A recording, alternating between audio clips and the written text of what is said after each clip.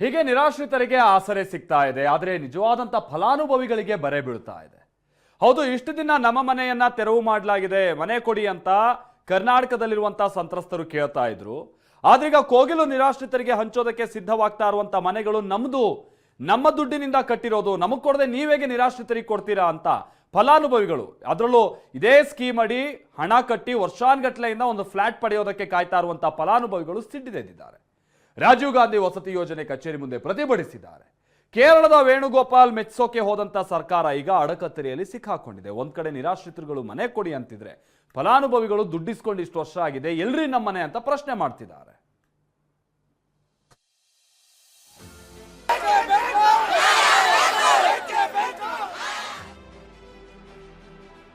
ಆಶ್ರಯಕ್ಕಾಗಿ ಕಾಯ್ತಿರೋ ಕೋಗಿಲು ನಿರಾಶ್ರಿತರು. ಅದೆಲ್ಲ ಪಾಯಿಂಟೇ ಇಲ್ಲ. ಮನೆ ಮುರಿದಿದ್ದೀರಾ, ಮನೆ ಕೊಡಿ. ಇಲ್ಲ ನಿಮ್ಗೆ ಮನೆ ಕೊಡಕ್ಕಾಗಲ್ಲ ಅಂದ್ರೆ ಜಮೀನ್ ಕೊಡಿ. ನಿರಾಶ್ರಿತರಿಗೆ ಮನೆ ರೆಡಿ, ಹಂಚಿಕೆಯೊಂದೇ ಬಾಕಿ. ಡಾಕ್ಯುಮೆಂಟ್ಸ್ ವೆರಿಫಿಕೇಶನ್ ನಡೀತಾ ಇದೆ. DC ಅವರು, ತಹಸೀಲ್ದಾರ್ ಅವರು, ಕಮಿಷನರ್ ಅವರು ಹಡಾವಡಿ ಮಾಡೋದು ಬೇಡ, ಯಾರಿಗೂ ಅನ್ಯಾಯ ಆಗಬಾರ್ದು ಅಂತ ಹೇಳ್ಬಿಟ್ಟು ದುಡ್ಡು ಕಟ್ಟಿರೋ ನಮಗೆ ಫಸ್ಟ್ ಮನೆ ಕೊಡಿ ಎಂದ ಫಲಾನುಭವಿಗಳು.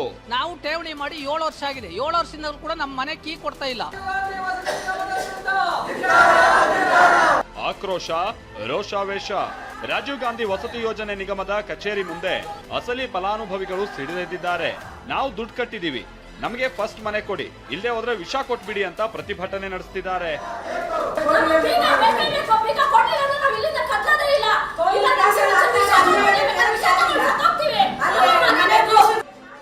ಅಷ್ಟಕ್ಕೂ ಇವರ ಆಕ್ರೋಶ, ಇವರ ಸಿಟ್ಟಿಗೆ ಕಾರಣ ಏನು ಅನ್ನೋದನ್ನ ತೋರಿಸ್ತೀವಿ. ಅದಕ್ಕೂ ಮುನ್ನ ಈ ಅಪಾರ್ಟ್ಮೆಂಟ್ ಹೇಗಿದೆ ಅನ್ನೋದನ್ನ ಒಂದ್ಸಲ ನೋಡ್ಬಿಡಿ. ಆ ಒಂದು ಅಪಾರ್ಟ್ಮೆಂಟ್ ಹೇಗಿದೆ ಅಂತ ನಿಮ್ಗೆ ತೋರಿಸ್ತಾ ಹೋಗ್ತೀನಿ. ಇದು ಬೆಂಗಳೂರಿನ ಏನು ಕೋಗಿಲು ಇಂದ 5 ಕಿಲೋಮೀಟರ್ ಅಂತರದಲ್ಲಿರ್ತಕ್ಕಂಥ ಹೊಸೂರು ಬಂಡೆ ಬಳಿಯ ಬೈಪ್ನಹಳ್ಳಿ ಗ್ರಾಮದಲ್ಲಿ ರಾಜೀವ್ ಗಾಂಧಿ ವಸತಿ ನಿಗಮ ನಿರ್ಮಾಣ ಮಾಡಿರ್ತಕ್ಕಂಥ ವಸತಿ ಸಮುಚ್ಚಯ ಇದಾಗಿರ್ತಕ್ಕಂಥದ್ದು. 1 BHK ಅಪಾರ್ಟ್ಮೆಂಟ್ಗಳಿದಾವೆ. ಅಂದರೆ ಒಂದು ಬೆಡ್ರೂಮು, ಒಂದು ಹಾಲು, ಒಂದು ಕಿಚನ್ನು, ಈ ರೀತಿಯಾದ ಫ್ಲಾಟ್ಗಳು 1000ಕ್ಕೂ ಹೆಚ್ಚು, 1187 ಫ್ಲಾಟ್ಗಳಿದಾವೆ. ಇದೇ ಅಪಾರ್ಟ್ಮೆಂಟ್ ನ ಕೆಲವು ಮನೆಗಳು ಕೋಗಿಲು ನಿರಾಶ್ರಿತರ ಪಾಲಾಗಲಿದೆ. ಇದಕ್ಕಾಗಿ ಬೈಯಪ್ಪನಹಳ್ಳಿ ಬಳಿ ಇರುವ ಅಪಾರ್ಟ್ಮೆಂಟ್ ಶುದ್ಧಿ ಕಾರ್ಯವೂ ನಡೀತಾ ಇದೆ. ನಾಳೆಯೇ ಮನೆಗಳ ಹಂಚಿಕೆಯಾಗುವ ಸಾಧ್ಯತೆ ಇದೆ. 167 ಮನೆ ಡೆಮಾಲಿಷನ್ ಮಾಡಿರುವ ಸರ್ಕಾರ ವೇಣುಗೋಪಾಲ್ ಹಸ್ತಕ್ಷೇಪದ ಬಳಿಕ ಅರ್ಹರಿಗೆ ಮನೆ ನೀಡೋದಕ್ಕೆ ಮುಂದಾಗಿದೆ. ಆದ್ರೆ 250ಕ್ಕೂ ಹೆಚ್ಚು ಜನ ಅರ್ಜಿ ಸಲ್ಲಿಸಿದ್ದು, ಯಾರಿಗ್ ಮನೆ ಕೊಡ್ಬೇಕು ಅನ್ನೋದ್ರ ಬಗ್ಗೆ ದಾಖಲೆ ಪರಿಶೀಲನೆ ನಡೆಸಲಾಗ್ತಾ ಇದೆ. ನಮ್ಮ ಮನೆ ಮುರಿದಿದ್ದೀರಾ, ನಮಗ್ ಮನೆ ಕೊಡಿ ಅಂತ ನಿರಾಶ್ರಿತರು ಪಟ್ಟು ಹಿಡಿದಿದ್ದಾರೆ. ಅಷ್ಟೆಲ್ಲ ಬೇಕಾಗಿಲ್ಲ, ಜಾತಿ ಮತ ಬೇಕಾಗಿಲ್ಲ ನಮಗೆ. ಅವ್ರು ಇಲ್ಲಿಂದ ಬಂದಿದ್ದಾರೆ, ಅಲ್ಲಿಂದ ಬಂದಿದ್ದಾರೆ, ಅದೆಲ್ಲ ಪಾಯಿಂಟೇ ಇಲ್ಲ. ಮನೆ ಮುರಿದಿದ್ದೀರಾ, ಮನೆ ಕೊಡಿ. ಇಲ್ಲ ನಿಮ್ಗೆ ಮನೆ ಕೊಡಕ್ಕಾಗಲ್ಲ ಅಂದ್ರೆ ಜಮೀನ್ ಕೊಡಿ. ಕೋಗಿಲು ನಿರಾಶ್ರಿತರನ್ನ ಸ್ಥಳೀಯರು ಅಂತಿರೋ ಸರ್ಕಾರ ಮನೆ ಕೊಡೋದಕ್ಕೆ ಮುಂದಾಗಿದೆ. 90 ಫಲಾನುಭವಿಗಳಿಗೆ ಮನೆ ಕೊಡ್ತೀವಿ ಅಂತ ಸಚಿವ ಭೈರತಿ ಸುರೇಶ್ ಹೇಳ್ತಿದ್ದಾರೆ. ನಮ್ಮ ಸರ್ಕಾರಿ ಇಲಾಖೆಯವರು, ಸಮಾಜ ಕಲ್ಯಾಣ ಇಲಾಖೆ ಹೋಗಿ ಅಲ್ಲಿ ಎಲ್ಲ ಸರ್ವೆ ಮಾಡಿದೆ. ಸುಮಾರು 90 ಜನ ಮಾತ್ರ ಅವರು ಸ್ಥಳೀಯರಾಗಿರ್ತಾರೆ. ಯಾರು ಸ್ಥಳೀಯರಿದ್ದಾರೆ, ಯಾರು ನಿಜವಾಗ್ಲೂ ಅಲ್ಲಿ ಅರ್ಹರಿದ್ದಾರೆ ಫಲಾನುಭವಿಗಳಿಗೂ, ಆ 90 ಜನಕ್ಕೆ ಮಾತ್ರ ಮನೆ ಕೊಡುವಂಥ ಕೆಲಸಗಳು ಮಾಡ್ತೀವಿ. ಆಮೇಲೆ ಎಲ್ಲ ಲೋಕಲ್ಸ್ ಅವರು ಅಲ್ಲಿದ್ದು ಡೆಮಾಲಿಷ್ ಆಗಿ ಆಚೆ ಅವರಿದ್ರು ನಾವು ಕೊಡಲ್ಲ. ಲೋಕಲ್ ಆಗಿ ಯಾರಿರ್ತಾರೆ ಅವ್ರು ಮಾತ್ರ ಮನೆಗಳು ಕೊಡೋದು. ಈಗ ಬಹಳಷ್ಟು ಪ್ರಚಾರ ಮಾಡಿಬಿಟ್ಟಿದ್ದಾರೆ. ನಿರಾಶ್ರಿತರಿಗೆ ನೆರವು, ಫಲಾನುಭವಿಗಳಿಗೆಲ್ಲ ಸೂರು. ಸರ್ಕಾರದ ಇದೇ ನಡೆಗೆ ಅಸಲಿ ಫಲಾನುಭವಿಗಳನ್ನ ಕೆರಳಿಸಿದೆ. ನಾವು 7 ವರ್ಷದಿಂದ ದುಡ್ಡು ಕಟ್ಟಿದೀವಿ, ನಾವು ಕಟ್ಟಿದ್ದ ದುಡ್ಡಲ್ಲಿ ಅಪಾರ್ಟ್ಮೆಂಟ್ ಕಟ್ಟಿ ಕನ್ನಡಿಗರಲ್ಲದವರಿಗೆ ಮನೆ ಕೊಡ್ತಿದ್ದೀರಾ, ದುಡ್ಡು ಕೊಟ್ಟಿರೋ ನಮಗೆ ಫಸ್ಟ್ ಮನೆ ಕೊಡಿ ಅಂತ ರಾಜೀವ್ ಗಾಂಧಿ ವಸತಿ ನಿಗಮದ MDಗೆ ಕ್ಲಾಸ್ ತೆಗೆದುಕೊಂಡಿದ್ದಾರೆ. ಇವತ್ತು ರಾಜೀವ್ ಗಾಂಧಿ ವಸತಿ ಯೋಜನೆ ಕಚೇರಿ ಮುಂದೆ ಆಕ್ರೋಶ ಹೊರಹಾಕಿದ್ದಾರೆ.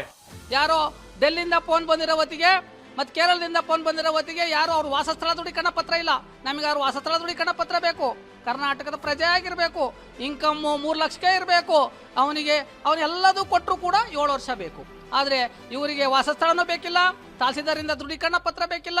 ಅಂತರಿಗೆ ನೀಟಾಗಿ 2 ದಿವಸಕ್ಕೆ ಮನೆ ಕೊಡ್ತಾರೆ. ಇವರ ಉಕ್ಕಮತ್ತೆ ಏನಾಗಿದೆ ಅಂದ್ರೆ, ಎಲ್ಲ ರೋಹಿಂಗ್ಯಾಗಳಂತೆ, ಕೇರಳದವರಂತೆ, ತೆಲುಗಿನವರಂತೆ, ತಮಿಳ್ನವರಂತೆ ಎಲ್ಲರೂ ಕೊಟ್ಕೊಂಬಂದ್ರೆ ನಾವು ದುಡ್ಡು ಕಟ್ಟಿರೋರೆಲ್ಲ ಹೋಗ್ಬೇಕು. ಇವತ್ತವ್ರೇನೋ ಬೈಪ್ನಲ್ಲಿ ಕೊಡ್ತಿರ್ತಕ್ಕಂಥದ್ದು ನಮ್ಮ ದುಡ್ಡಿಂದ, ನಮ್ಮ ದುಡ್ಡಲ್ಲಿ ಇವ್ರು ಕಟ್ಟಿರೋದು. ತಾಳಿ ಚೆನ್ನ ಅಡ ಇಟ್ಬಿಟ್ಟು ಫುಲ್ ಅಮೌಂಟ್ ಕ್ಲಿಯರ್ ಮಾಡಿದೀವಿ. ಫುಲ್ ಅಮೌಂಟ್ ಕ್ಲಿಯರ್ ಮಾಡಿ 10 ತಿಂಗಳಾಯ್ತು. ಇವ್ರು ನಮಗೆ ಕೀ ಕೊಡ್ತಾ ಇಲ್ಲ, ನಮ್ಗೆ ರಿಜಿಸ್ಟರ್ಗೂ ಬಿಡ್ತಾ ಇಲ್ಲ. ಎಲ್ಲೋ ಇಲ್ಲಿಂದ ಬಂದಿರೋರ್ಗೆ, ಬಾಂಗ್ಲಾದೇಶದವ್ರಿಗೆ, ಕೇರಳದವ್ರಿಗೆ ನಾವು ಇಲ್ಲಿ ಹುಟ್ಟಿ ಬೆಳೆದಿದೆ ತಪ್ಪಾ ಸರ್? ಹೇಳಿ ಸರ್.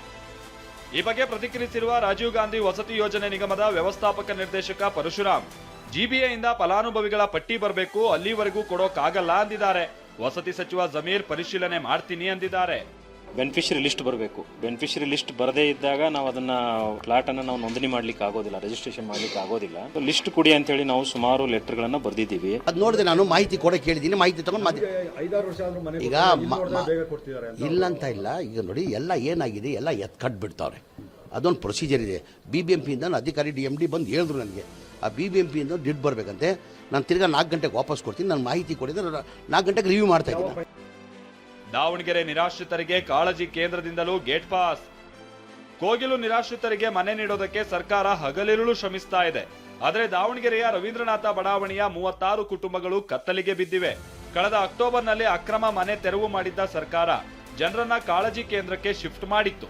ಆದ್ರೀಗ 10 ಜನರನ್ನ ಕಾಳಜಿ ಕೇಂದ್ರದಿಂದಲೂ ಹೊರದಬ್ಬಲಾಗಿದೆ. ಕಳೆದ 15 ದಿನದಿಂದ ಒಪ್ಪೊತ್ತಿನ ಊಟಕ್ಕೂ ಪರದಾಡ್ತಿದ್ದಾರೆ. ಬೆಂಗಳೂರಿನ ಕೋಗಿಲು ನಿವಾಸಿಗಳಿಗೆ ಒಂದ್ ನ್ಯಾಯ, ನಮಗೊಂದ್ ನ್ಯಾಯನ ಅಂತ ನಿರಾಶ್ರಿತರು ಆಕ್ರೋಶ ಹೊರಹಾಕಿದ್ದಾರೆ. ನಮ್ಮ ಪರವಾಗಿ ಟ್ವೀಟ್ ಮಾಡಿ, ಕೇರಳ ಸಿಎಂಗೆ ಪತ್ರ ಬರೆದು ಬಿಜೆಪಿ ಅಭಿಯಾನ. ಕೋಗಿಲು ಅಕ್ರಮ ವಾಸಿಗಳಿಗೆ ಮನೆ ಹಂಚಿಕೆ ಮಾಡ್ತಾ ಇರೋದನ್ನ ಬಿಜೆಪಿ ವಿರೋಧಿಸಿದೆ. ಮಂಡ್ಯದಲ್ಲಿ ವಿನೂತನವಾಗಿ ಪ್ರತಿಭಟನೆ ನಡೆಸಿರುವ ಬಿಜೆಪಿ ಕಾರ್ಯಕರ್ತರು ನಮಗೂ ಟ್ವೀಟ್ ಮಾಡ್ಕೊಡಿ ಅಂತ ಕೇರಳ ಸಿಎಂಗೆ ಪತ್ರ ಬರೆಯೋ ಮೂಲಕ ಬಿಜೆಪಿ ಅಭಿಯಾನ ನಡೆಸ್ತಾ ಇದೆ. ವಿಭಿನ್ನವಾಗಿ ಪ್ರತಿಭಟಿಸೋ ಮೂಲಕ ಸರ್ಕಾರಕ್ಕೆ ತಿವಿದಿದೆ.